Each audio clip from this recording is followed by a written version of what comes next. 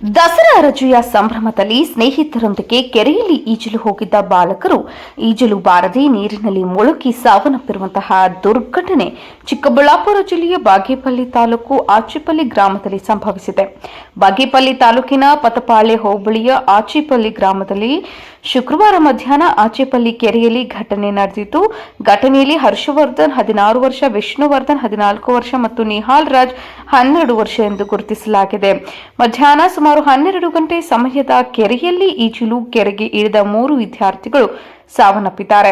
ಮೃತ ಬಾಲಕರು ಆಚೆಪಲ್ಲಿ ಗ್ರಾಮದವರು. ಮಳೆಯಿಂದ ಕೆರೆಯಲ್ಲಿ ನೀರು ಬಂದ ಹಿನ್ನೆಲೆ ಕೆರೆಯಲ್ಲಿ ಈಜಲು ತೆರಳಿದ ವೇಳೆ ದುರ್ಘಟನೆ ಸಂಭವಿಸಿದೆ. ಮೊದಲಿಗೆ ವಿಷ್ಣು ಮತ್ತು ನಿಹಾಲ್ ರಾಜ್ ಕೆರೆಯಲ್ಲಿ ಈಜುತ್ತಿದ್ದ ವೇಳೆ ಮುಳುಗಲು ಪ್ರಾರಂಭಿಸಿದ್ದಾರೆ. ಅವರನ್ನು ರಕ್ಷಿಸಲು ಹೋದ ಹರ್ಷವರ್ಧನ್ ಸಹ ನೀರಿನಲ್ಲಿ ಮುಳುಗಿ ಸಾವನ್ನಪ್ಪಿದ್ದಾನೆಂದು ಸ್ಥಳೀಯರು ಮಾಹಿತಿ ತಿಳಿಸಿದ್ದಾರೆ.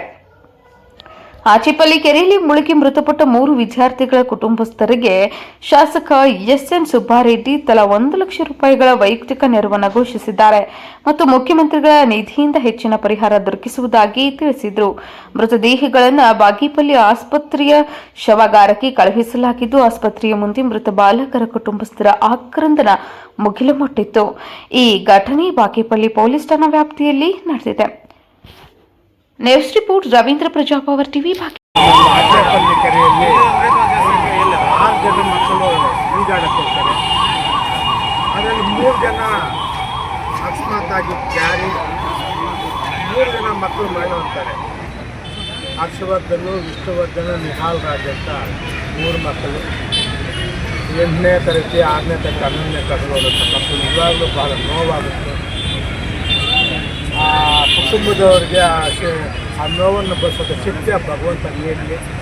ಹಾಗೆ ನನ್ನದೊಂದು ಮನೆಗೆ ಆದಷ್ಟು ಮಕ್ಕಳ ಬಗ್ಗೆ ನಿಗಾ ಇರಲಿ. ಇಂಥ ಈಜಾಡೋಕ್ಕೆ ರಜಾ ಸಮಯದಲ್ಲಿ ಅವ್ನು ಬೇಕಾಗಲ್ಲ ಮಕ್ಕಳಿಗೆ. ಆದಷ್ಟು ಜೋಪಾನ ಇಟ್ಕೋಬೇಕು ಅಂತ ಮಾತಾಡುತ್ತೆ. ಹಾಗೆ ನಮ್ಮ ಸರ್ಕಾರದವ್ರಿಗೆ ಏನು ಸಿಗಬೇಕೋ ಅವೆಲ್ಲ ಪರಿಹಾರವನ್ನು ಕೊಡಿಸ್ತೀನಿ.